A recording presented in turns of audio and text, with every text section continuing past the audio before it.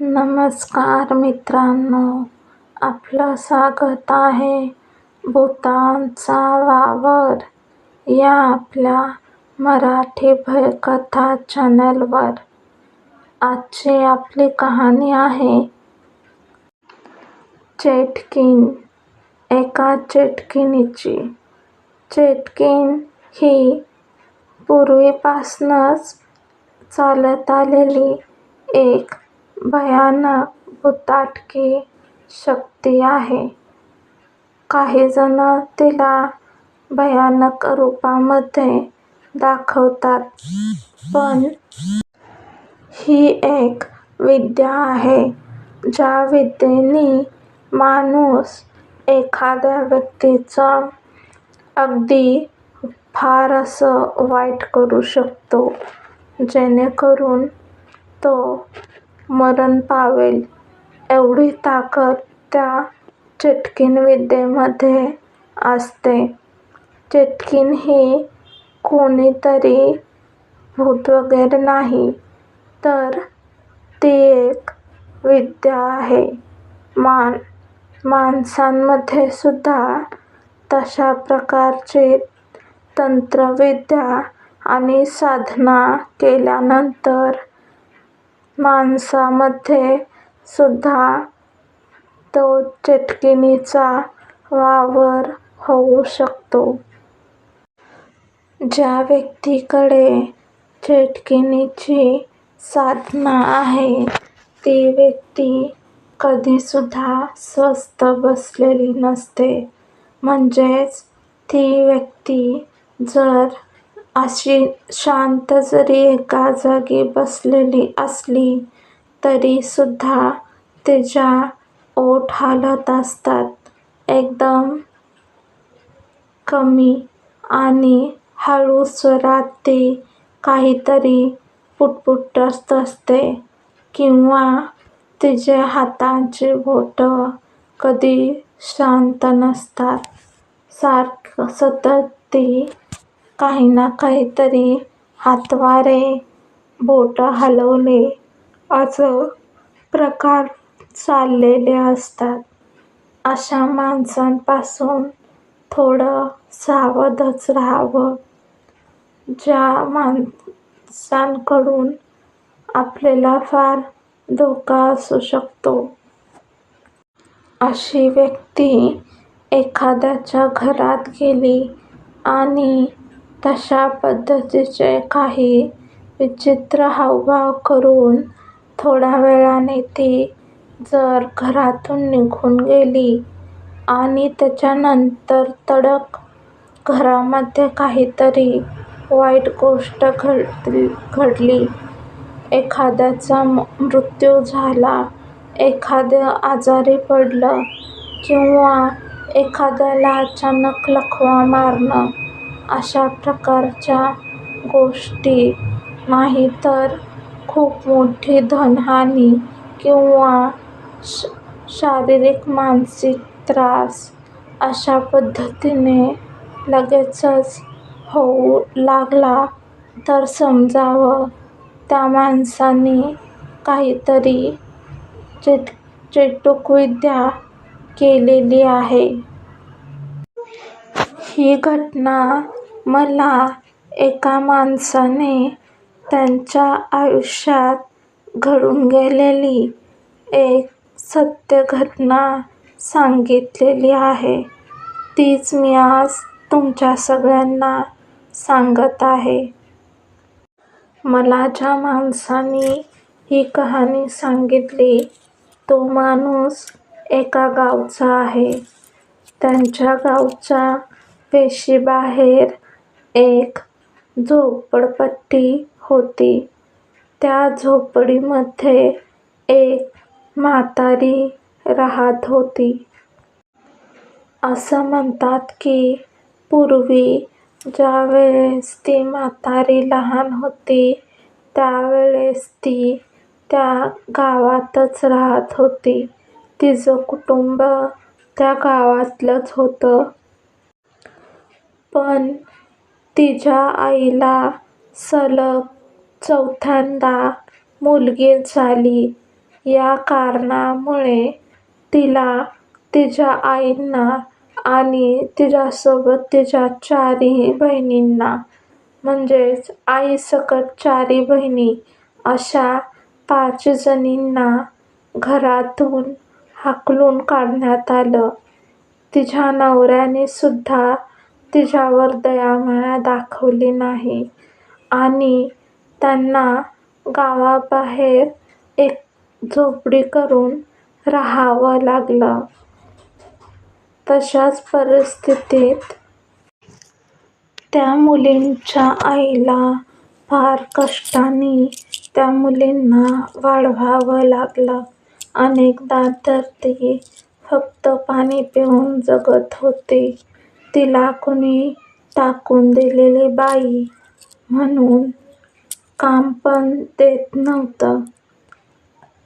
तिच्या लहान मुलींनी लहानपणापासूनच आपल्या आईवर होणारा अन्याय बघितला होता. तिला फक्त मुली झाल्या यात तिचा काही दोष. नियतीच्या जे मनात होतं ते घडत होतं. अशाच पद्धतीने संघर्ष करत त्या चौघींना कसंबसं तिच्या आईनं लहानाचं मोठं केलं. पोरी कळत्या झाल्या होत्या, पण त्यांच्या आईला मात्र एखाद्या गंभीर आजाराने वेढलं आणि त्यात तिचा जीव गेला. नंतर त्या 4घी बहिणीच एकमेकींचा आधार बनून राहू लागल्या. त्या 4ही बहिणी एकमेकींचा आधार बनून एकमेकींशी असंच जगत होत्या. पण शेवटी असंच एकेक जणीला काहीतरी आजारपण होऊन ती मरण पावू लागल्या. शेवटी एकच मुलगी जिवंत राहिली. तीच होती ती म्हातारी, जी शेवटपर्यंत जिवंत राहिली. बाकी सगळ्यांना असेच काही ना काही आजार होऊन किंवा काही कारणांनी त्या मेल्या होत्या. शेवटी ती राहिलेली मुलगी एकटीच रानावनात फिरायची, मिळेल ती कामं करायची आणि मिळेल त्या गोष्टी खाण्यापिण्यासाठी घ्यायची. असेच एके दिवशी ती रानावनात लांबपर्यंत फिरत गेली आणि शेवटी तिला एक गुहा दिसली. ती त्या गुहेकडे जवळ गेली. तिला तिथे 2 माणसं दिसली. ती फार विचित्र अवतारात होती. पूर्ण अंगाला भस्म लावलेली आणि त्यांच्याकडे फार विचित्र अशा गोष्टी होत्या. म्हणजेच मेलेल्या माणसांच्या खोपडी म्हणजेच कवटी आणि काही मेलेल्या माणसांच्या हाडांचे सांगाडे, अवशेष असे बऱ्याच काही गोष्टी होत्या. शिवाय त्यांच्याकडे ती घाबरतच त्या माणसांपाशी गेली. ती काय करतायत ते बघत होती. ती लहान मुलगी आहे म्हणून कोणी तिला इतकं मनावर घेतलं नाही. ती त्यांना म्हणू लागली की, तुम्ही सगळे काय करता आहात? तेव्हा ती दोघं म्हणाली की, आम्ही एका चेटकिणीची साधना करत आहोत.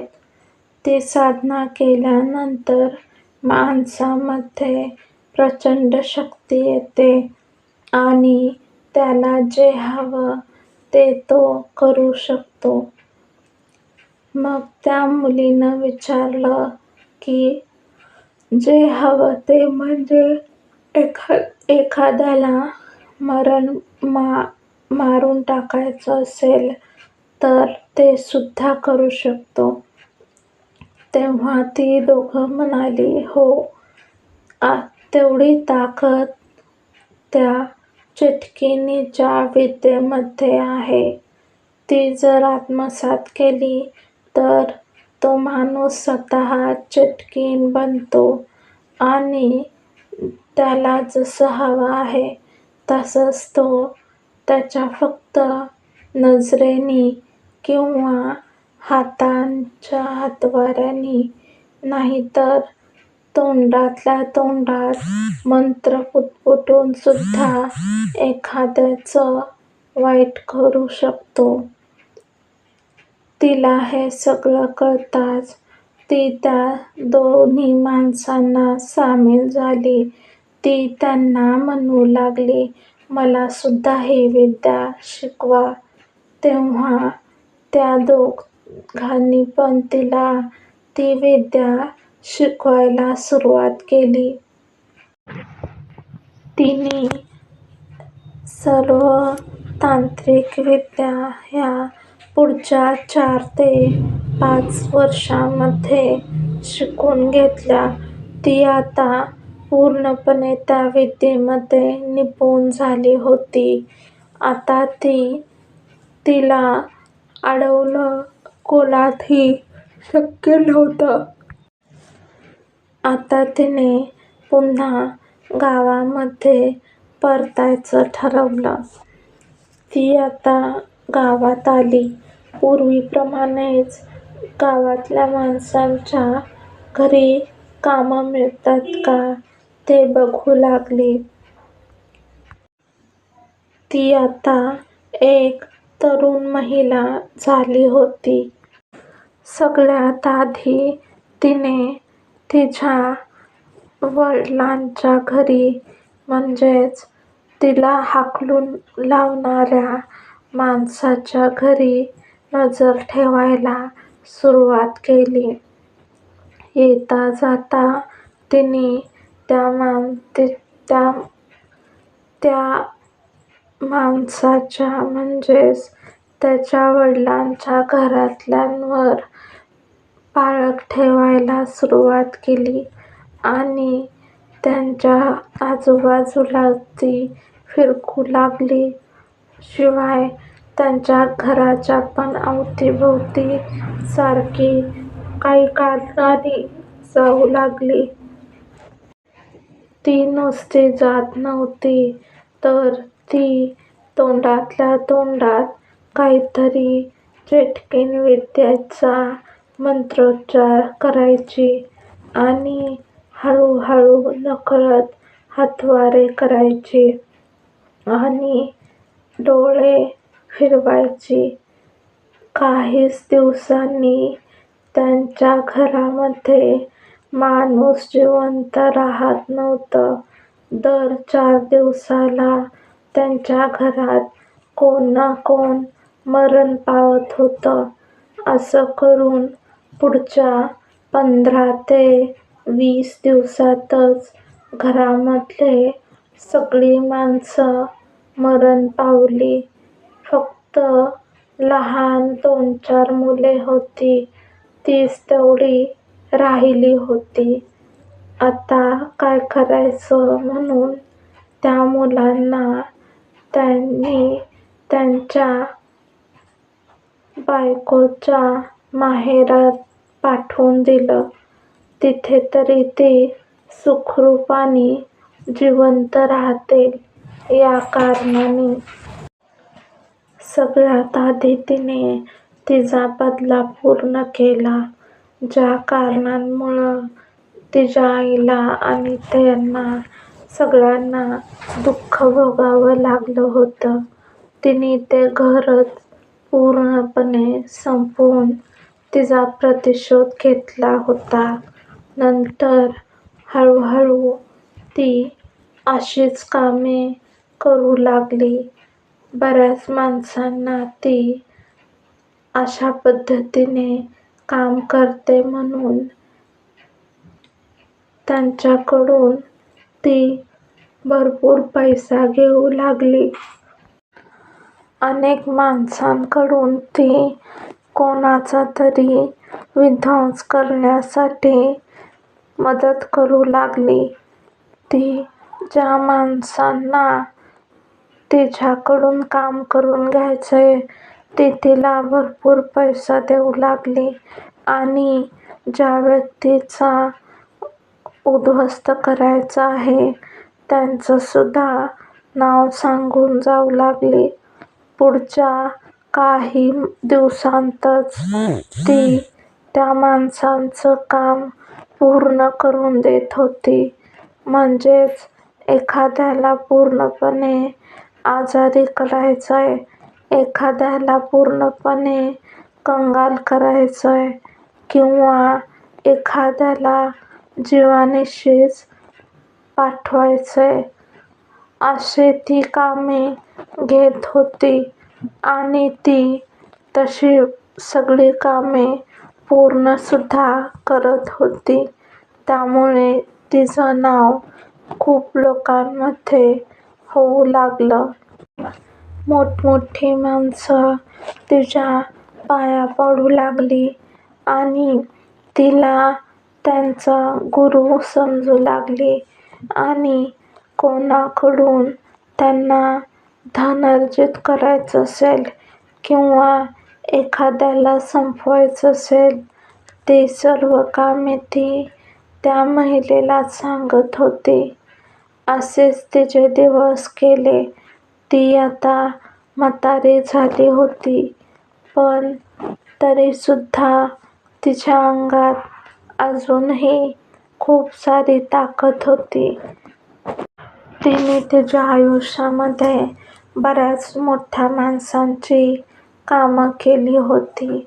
तिने त्या गावच्या सावकाराला एक माणूस खटकत होता.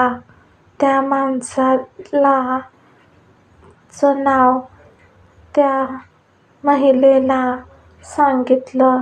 नंतर तिने 4च दिवसात पुढच्या त्या माणसाला पार जीवाने मुकवलं होतं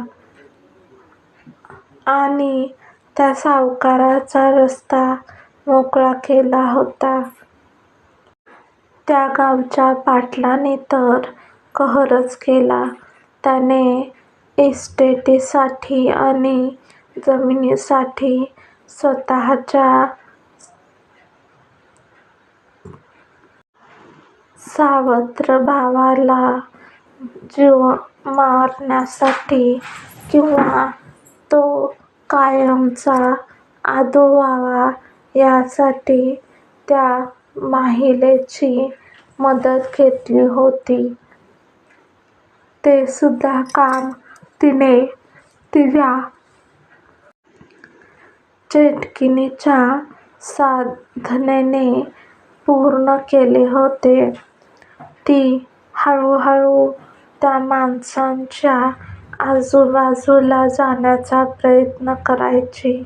जमलंच तर त्या माणसांच्या घरातल्यांची ओळख करायची आणि त्यांच्या घरात जाऊन अशा काही गोष्टी करायची. हळूच ती त्या माणसांना पाणी मागायची. ती पाणी घेऊन येईस्तोपर्यंत ती एखादा मंत्र पुटपुटून घरामध्ये फुंकून जायची आणि ती त्या घरातून उठून गेली की मात्र घरामध्ये क्लेश व्हायचा, भांडणं व्हायची. अगदी एकमेकांची डोके फुटायची. एवढी टोकाची भांडणं त्या घरामध्ये व्हायची. बऱ्याच जणांना शेवटी ती महिला त्या घरातनं गेल्यानंतरच काहीतरी होतं वाईट हे लक्षात आलं आणि बऱ्याच लोकांनी तिला घरामध्ये घेण्यास मनाई केली. लोकं तिला घाबरू लागली. कारण त्यांना सर्वांना कळालं होतं की ही साधीसुधी महिला नाही. जशी दिसते गरीब तशी तर मुळीच नाही. ती तर काहीतरी चेटूक करणारी चेटकीणच आहे. त्यापुढे तिला कोणीही तिच्या नावाने न बोलवता चेटकीण, चेटूक करणारी असंच म्हणू लागली. तीच आता म्हातारी झाली होती आणि गावाबाहेरच तिला झोपडीत राहावं लागत होतं.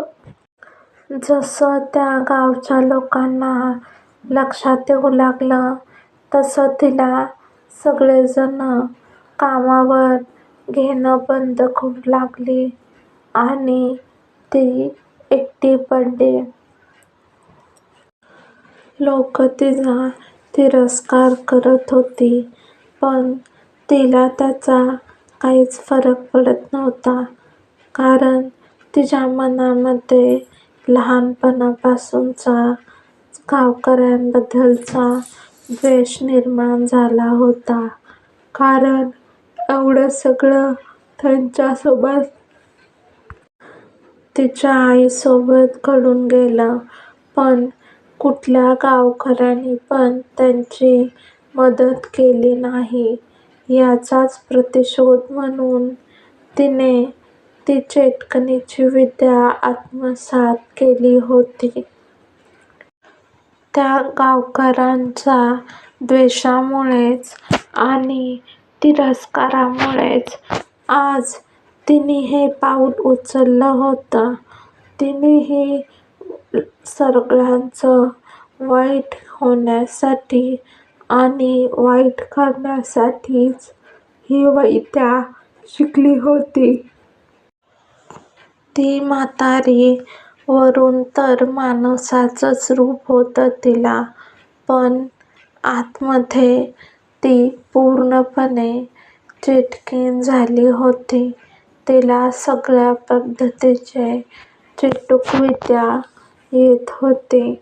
तिची ताकद एवढी होती की कोणी जर एखाद्या व्यक्तीला मारायला सांगितलं तर ती तिच्या आसुरी शक्तीने ते काम करून देत होती.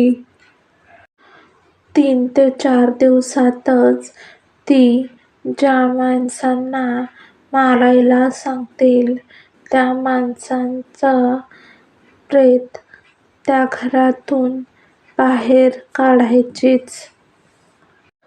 तिचं वय झालं होतं, पण तरीसुद्धा सगळी गावातली माणसं तिला भिवून असायची आणि कोणतंही काम सांगितलं की एकदम पटकन ती अजिबात नाकारत नव्हती.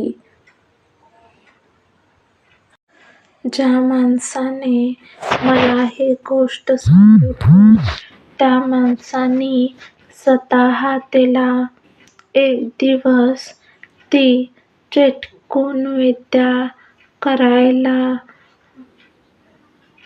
सांगितली होती आणि त्या म्हातारीने बरोबर खरंच त्या तिच्या विद्येने एका माणसाला पूर्णपणे आजारी पाडलं होतं. इतका आजारी पाडला की महिन्याभरातच त्या व्यक्तीने रक्ताच्या उलट्या करून तिचा जीव संपवला. आजतागायत त्या माणसाचा जीव कशाने गेला कोणालाच समजलं नाही. त्याने त्या म्हातारीला बऱ्याच माणसांकडून आलेली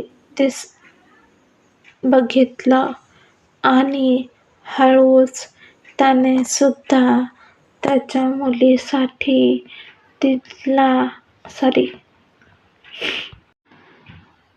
विद्या करून ती ज्या व्यक्तीसोबत होती त्या व्यक्तीपासून तिच्या मुलीचे भांडण करून त्या दोघांना वेगळं सुद्धा केलं होतं. तिची शक्ती खूप जास्त होती. ती तिच्या जागेवर बसून सुद्धा त्या व्यक्तीच्या नावाने बोलून त्या गावाबाहेर पण असलेल्या व्यक्तींना तिच्या विद्येने ती संपूर्णपणे संपवून टाकायची. गावाने म्हणूनच तिला गावाबाहेर हाकलून दिले होते. तिच्याशी सगळा संबंध तोडून टाकला होता. असंच एक दिवस 3 दिवस होऊन गेले तरी म्हातारी तिच्या झोपडीतून आली नाही. म्हणून काही माणसं तिच्या झोपडीजवळ न गेली. त्यांना त्या झोपडीत प्रचंड दुर्गंधी येऊ लागली. म्हणून त्यांनी त्या झोपडीमध्ये जाऊन पाहिलं तर म्हातारी मरून तिला 2-3 दिवस होऊन गेले होते. जेव्हा सगळ्या माणसांना खरा वास आला तेव्हा कुठे त्या म्हातारीपाशी माणसं आली आणि गावकऱ्यांनी मिळूनच तिथेच त्या झोपडीमध्येच तिला दहन केली आणि नंतर ती सगळी आपापल्या घरी गेली. पण आज पण काही जणांना ती म्हातारी आणि तिची झोपडी तिथे ज्या ठिकाणी ती होती त्याच ठिकाणी आहे अशी दिसू लागली. आता मात्र संपूर्ण गाव भीतीमध्ये जगत होतं. कारण त्यांनी स्वतःच तिला मेल्यानंतर दहन केलं होतं. तर मग आता तिच्यासारखीच कोण बरं आलं असेल? असं म्हणतात की चेटूक विद्या करणारी माणसं ही नंतर माणसं राहत नाहीत. ती चेटकिणीच्या रूपामध्ये कायम तिथेच राहतात. याच कारणामुळे आज गावातल्या माणसांनी त्या रस्त्याने येणं जाणं सुद्धा बंद करून टाकलं. आजही बरेच वर्ष तिला जाऊन झाली तरी सुद्धा ती आणि तिची झोपडी बऱ्याच माणसांना दिसते आणि त्यांना भीतीसुद्धा दाखवते. तर ही होती आजची आपली कहाणी. कहाणी कशी वाटली ते कमेंटमध्ये सांगा. आपला चॅनल लाईक करा, शेअर करा आणि सबस्क्राईब करा. धन्यवाद.